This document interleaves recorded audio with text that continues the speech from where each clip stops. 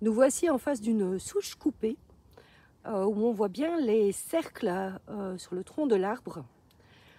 Chaque année, l'arbre émet un cercle. On peut donc comptabiliser l'âge de l'arbre en comptant les cercles qu'il comprend une fois qu'on l'a coupé. Mais il y a autre chose qu'il faut savoir, c'est que les arbres captent aussi les éléments chimiques qui sont dans l'air et aussi ceux qui nous sont envoyés de l'espace, comme par exemple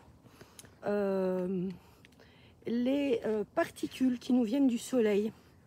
Et les années où il y a des grosses poussées du soleil, donc où le soleil nous envoie d'immenses flux d'énergie qui perturbent parfois notre système électromagnétique, eh bien les arbres le savent.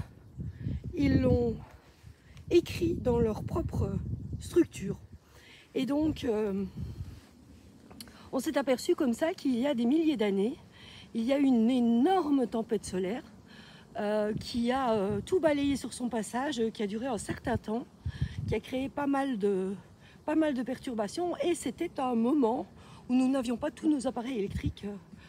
Si cette tempête solaire se reproduisait, ça déréglerait tout sur la planète. Certains disent que ça mettrait même fin, temporairement ou définitivement, à nos systèmes informatiques.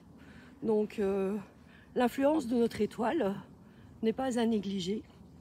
Et les arbres le savent, ils retiennent beaucoup d'informations sur le sol, sur l'humidité ambiante.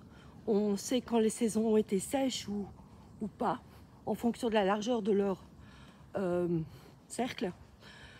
Et voilà, donc les arbres sont aussi des enregistreurs de données qui nous apprennent beaucoup de choses. Voilà, ils sont magnifiques.